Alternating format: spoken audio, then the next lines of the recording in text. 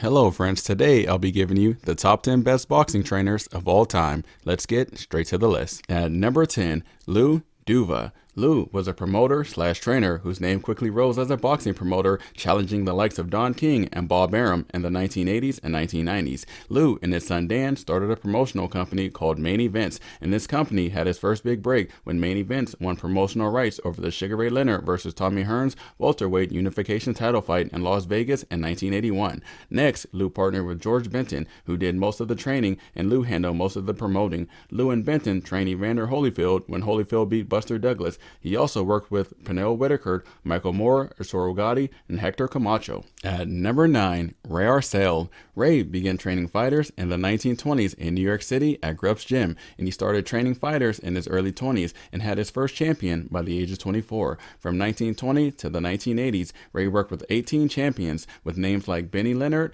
Larry Holmes, Freddie Steele, Roberto Duran, and Ezzard Charles. At number 8, Freddie Roach. Freddie was a former boxer who finished his boxing career with a 40-13 record. After all the guidance from his former trainer, Eddie Futch, Roach was ready to go from boxer to trainer. He trained names like Amir Khan, Julio Cesar Chavez Jr., Jorge Linares, and many others. But Freddie had the most success when he slowly transformed the left-handed slugger Manny Pacquiao into a boxer-puncher. Under Freddie's guidance, Manny became an 8-division world champion. Roach won the Eddie Futch Trainer of the Year award 7 times. At number 7, George Benton. George fought from 1949 to 1970 and is widely recognized as the creator of the Philadelphia-style defense, the shoulder roll, aka the Philly shell. When his boxing career ended, he turned trainer, studying under Eddie Futch. He was in the corner with Futch and Joe Frazier for the Thriller in Manila. He was also in the corner when Leon Spinks upset Ali to win the world heavyweight title. Benton then got into a partnership with the manager, trainer, promoter Lou Duva, and the two were labeled co-trainers, but it was Benton who handled the majority of the boxing duties in the gym. Benton trained Holyfield when he earned the knockout victory over James Buster Douglas to become the undisputed heavyweight champ in 1990. Benton also trained Mike McCullough, Pernell Whitaker, Mark Breland, Mildred Taylor, Rocky Lockridge, and Johnny Bumpus. George earned the Trainer of the Year award in 1989 and 1990. He was inducted into the Pennsylvania Boxing Hall of Fame in 1986, and he was inducted into the International Boxing Hall of Fame in 2007. At number 6, Jack Blackburn. Jack was an American boxer who fought from 1900 to 1923 and ended his career with a 49-9 record. When his career ended, he turned trainer. Early in his training career, he guided Sammy Mandel, who many considered a weak puncher with speed, to a lightweight title in 1926. Blackburn also trained Bud Taylor when he won the bantamweight title in 1927, and he also trained Jersey Joe. But Blackburn's biggest training accomplishment is when he met Joe Louis in 1930.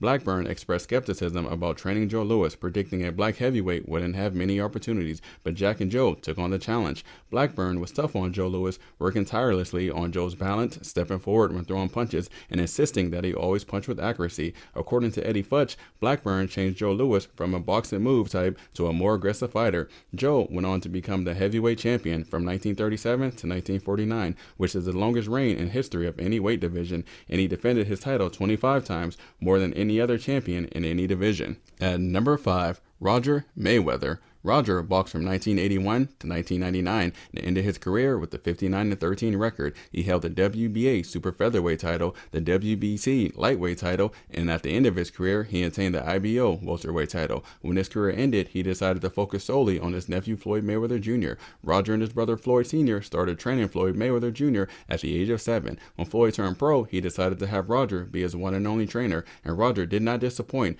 During Floyd Mayweather's career, he won 15 major world championships and ended his career with the perfect 50-0 record. In many people's eyes, Floyd Mayweather is known as the greatest boxer of all time with the best defense of all time and dominated the sport from 1996 to 2017. At number 4, Cus D'Amato. Cus is known as one of the most dedicated trainers in the history of boxing. Cus lived at his boxing gym for several years and spent the majority of his day training fighters and mentoring other trainers like Teddy Atlas, and he's also the innovator of the peekaboo stance. His first big success was training and helping Floyd Patterson win the Olympic gold medal title in 1952. Next, he trained Floyd Patterson when Floyd went on to beat Archie Moore for the heavyweight title. Patterson used the peekaboo stance throughout his career. Cus also trained Joe Torres, but he's most remembered for his work he did with Mike Tyson. Shortly after meeting Tyson at the age of 16, Cus adopted Tyson and started training him endlessly, working on head movement, footwork, and explosive shots. Tyson went on to become the youngest heavyweight champion in boxing history. Tyson is recognized as one of the most devastating punchers in the history of boxing, and he's also known as one of the greatest boxers of all time. At number 3, Emanuel Steward. Emanuel is one of the most well-known and respected boxing trainers of all time. Shortly after he started training, he became the head coach at the Crunk Gym in Detroit in 1971. That same year, the Crunk Boxers won the team title at the Detroit Golden Gloves tournament. Steward's first professional world champion was Heimer Kinty when he knocked out Ernesto Espana in the 9th round to win the WBA lightweight championship in 1980. Just 5 months later, another fighter Steward trained, Tommy the Hitman Hearns, knocked out Pepino Cuevas in the second round to win the WBA welterweight title. For the next 30 years, Steward went on to train numerous champions, some who've been with him in the beginning, and many established fighters who sought him out because of his amazing reputation. Some notable names Emanuel trained: first, Lennox Lewis, while under Emanuel's training, won the WBC heavyweight title twice, the WBA heavyweight title, and the IBF heavyweight title twice, the WBC heavyweight title, and the IBO heavyweight title twice. Next, Tommy the Hitman Hearns, who won 14 world titles and 6 regional titles.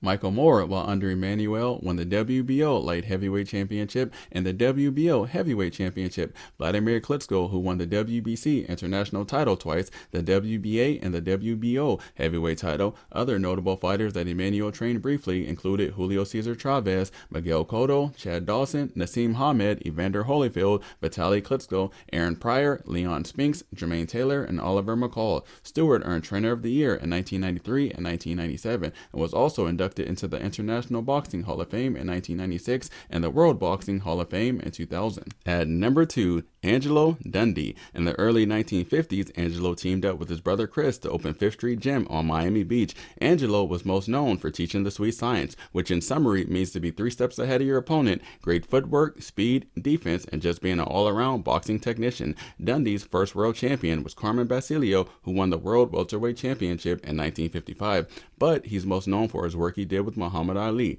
In the late 1950s, he gave tips to Ali as a promising amateur, and after Ali's first professional fight, Dundee became Ali's trainer, and he guided Ali to a heavyweight title in 1964 when he knocked out Sonny Liston, and Ali went on to become the first and only 3-time lineal world heavyweight champion and the first world heavyweight champion to retire and come back to regain the title. Ali also won 22 world heavyweight championship fights. Next, Angelo had more success as a trainer when he started training Sugar Ray Leonard in 1977. Just 2 years later, in 1979, Leonard knocked out Wilfred Benitez for the welterweight title. Leonard won 9 world championship titles and won Fighter of the Year 4 times, KO Fighter of the Year 3 times, Fighter of the Year twice, and Fighter of the Decade in the 1980s, and KO Outstanding Fighter of the Decade in the 1980s as well.